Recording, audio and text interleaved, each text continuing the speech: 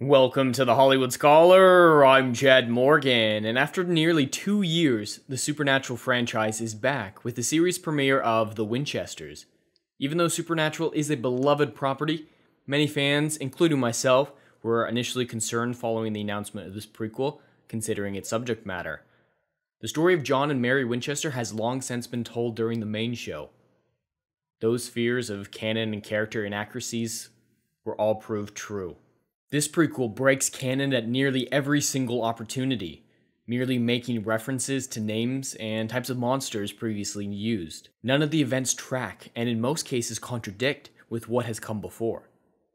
Beyond the rife and constant lore breaking, The Winchesters is simply poorly written. Supernatural long managed to remain free from the corporate oversight of the CW, which usually requires all its products to be generic and homogeneous at the very best. This is not the case for The Winchesters, as this show is as CW as it gets. All the cliches and ineptitude that defines this studio are exemplified to the max within this series. It seems impossible that the immensely talented Jensen Ackles was the creative mind behind this project. Not all talented actors can become talented writers and directors, I guess. The intended emotional heart of The Winchesters is the relationship between John and Mary, beginning with their first meeting. However, the actors portraying these characters have little to no chemistry with one another and are entirely underwhelming in their roles. Neither of them is offensively bad, yet neither offers anything that comes across as even basically competent. This is partially due to an over-reliance on cheesy lines. Even still, their delivery of these cheesy lines is almost always a detriment to each scene. All the actors in this show would be fine enough guest stars for minor or occasional appearances, but none of them possess the talent nor experience to carry a show of this size and caliber. All of them overreact to the max, giving overdramatic stares off into the distance whenever they're being exposited at. Without the emotional heart of the series getting delivered to the audience well, there is little chance of the series ever becoming even just okay. After nearly 2 years away from the franchise, I kinda hoped for a far better reintroduction into it than this. But before I get any further, there will be spoilers ahead, so spoiler alert. As a CW show, this pilot centers around talking in hallways, talking in alleys, talking in cars, and an endless tirade of immature and superficial emotions. Far too little action or character development is depicted. The pilot follows John, who recently returned from Vietnam in search of his father. In his search, he comes across Mary, who is also searching for her father. Both their investigations converge upon the Men of Letters, a monster trap that they possess, and a greater mystery of interdimensional aliens coming to destroy the planet. Overdramatic can describe nearly every aspect of this episode. Every actor acts as if they're delivering complex Shakespeare lines that they don't understand, while the words coming out of their mouths are simple and convey virtually nothing of substance. Every scene feels like it's supposed to be grand and bombastic, yet it's contradicted by the character, scenery, and the actual events transpiring. Even the threat of a coming interdimensional alien invasion seems foreign in this series, especially when canon is taken into consideration. John and Mary had trouble believing in so many of the greater threats that their sons faced in the future. However, if they had thwarted an interdimensional alien invasion in their youth, there is no way that they would be surprised by the revelations that astound them in Supernatural. A simpler seasonal antagonist was essential for the Winchesters, partially due to the criticism that Supernatural too often felt the need to one-up itself with bigger and bigger villains. A return to form and basic monster hunting was necessary for the established lore, these characters at this point in their lives, and for the audience to reinvest in this world. Going big too fast can create major issues later on in the series. All these attempts at dramatization come across as sad, more than anything else. For lore breaks, one simple fact cannot be disputed, yet it was ignored within the opening moments of the show. John knows nothing of hunting until Mary's death, and nothing of his father's exploits with the Men of Letters until briefly when he travels into 2019. He only ever had a cursory involvement in supernatural elements before Mary's death, the first of which left him absent from the majority of the important events that saw the Yellow-Eyed Demon making a deal with Mary for Sam's soul. For the second, he had his mind wiped of the angelic interference in his family by the Archangel Michael, preventing him from remembering his sons who had traveled into the past to save him and Mary from the angel Anna. For Mary, she was a hunter, but never knew anything about the Men of Letters until she was resurrected in 2011. These simple facts make this series virtually impossible, which is what initially inspired fans' concerns upon its announcement. Instead of addressing these stalwart points of history, the Winchesters merely ignores them, pretending as if the audience didn't see supernatural at all. As with much of the CW and modern television, this pilot struggled with show and tell. The episode opens with John returning from Vietnam before he's suddenly in a dark alley investigating an address recently delivered to him about his father's whereabouts. John says he received this letter after he returned home, which was also after the beginning of the episode. The writer's choice to skip the dramatic delivery of his dead or missing father's final words before the messenger just vanishes into thin air is a baffling one.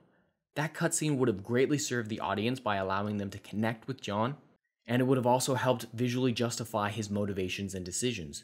With a cut, pacing suddenly becomes an issue, jarring the audience from John returning home with no real purpose to suddenly him ready and equipped to discover his father's secrets.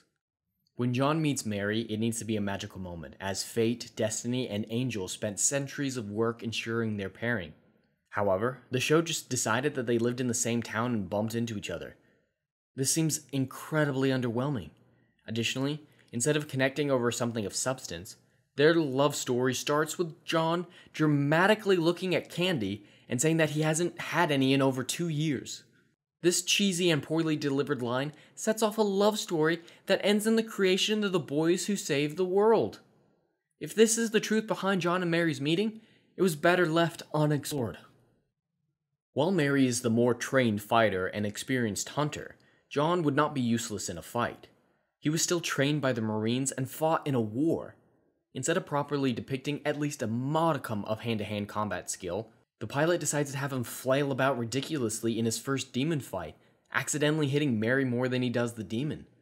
Of course, he should be out of his depth and outperformed by Mary, but he shouldn't be acting so blatantly ridiculous and stupid. This scene exemplifies one of the biggest issues with this pilot: John. This John is bumbling and overly emotional, not resembling either previous John actors in either look or personality. Without the endearing and stalwart masculinity that previously defined this character, John and Mary's relationship seems incredibly one-sided, making John out to be virtually useless in their partnership. Yes, he does end up killing the Ruguru, whose design and mannerisms are canon and accurate, at the end of the episode. However, that fight was a one-swing kill, requiring no skill whatsoever. He should not be useless in a fight, nor should he be such a pansy. Regarding Mary, the actress has superficial similarities with the original character, though the subpar acting also makes her character uninteresting and entirely forgettable. In the pilot's attempt to be overdramatic, it often comes across as nothing short of cringe. Carlos trying to be a hippie, gangster, sex fiend, and thespian all at once, and the over-the-top canon inaccurate demon voices exemplify this. The Winchesters feels as if it's lost all the maturity and tension that made Supernatural so compelling. More cringe came from the MacGuffin monster trap box from the end of the episode, merely needing to be pressed on each side to be opened. This gimmicky plot device doesn't even have dramatic sound effects when each corner is pressed.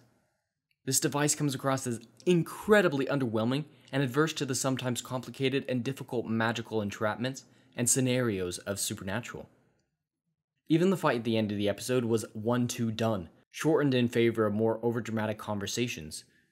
The action wasn't even compelling. The Winchesters, so far, is a poor successor to Supernatural, with none of the heart or great performances of the original carrying over into this prequel. The only good things about this episode come from the return of the original Henry Winchester actor in a voiceover at the end, and the brief cameo of Dean back with Baby after 2 years. However, these two nostalgic additions to the episode were not enough to rescue it from extreme inadequacy and meandering boredom. It's all empty and vapid, coming across as virtually meaningless. If the Winchesters was taken on its own, it would be incredibly forgettable at the best, but when compared to its predecessor, it is a poor substitute for the greatness that Supernatural once offered. These characters may say hunting things, saving people, the family business, but they have not earned the right to say it. Supernatural is one of my favorite franchises of all time, and it sucks to see it so thoroughly vandalized as the Winchesters has done to it. When compared to the Supernatural pilot, this episode simply does not live up to it. I'd have to give this episode a 4 out of 10, and I feel like I'm being a tad generous. But anyway, that's all I have for today. I'd love to hear your thoughts in the comments below. Please like and subscribe, and I'll see you in the next video. Anon.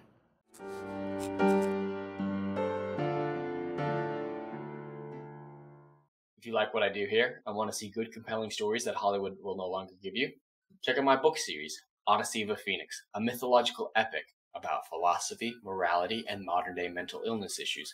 Books 1, Down in Flames, and Book 2, Apocalypse Then, currently on sale. Book 3, Kill the Dark, coming soon.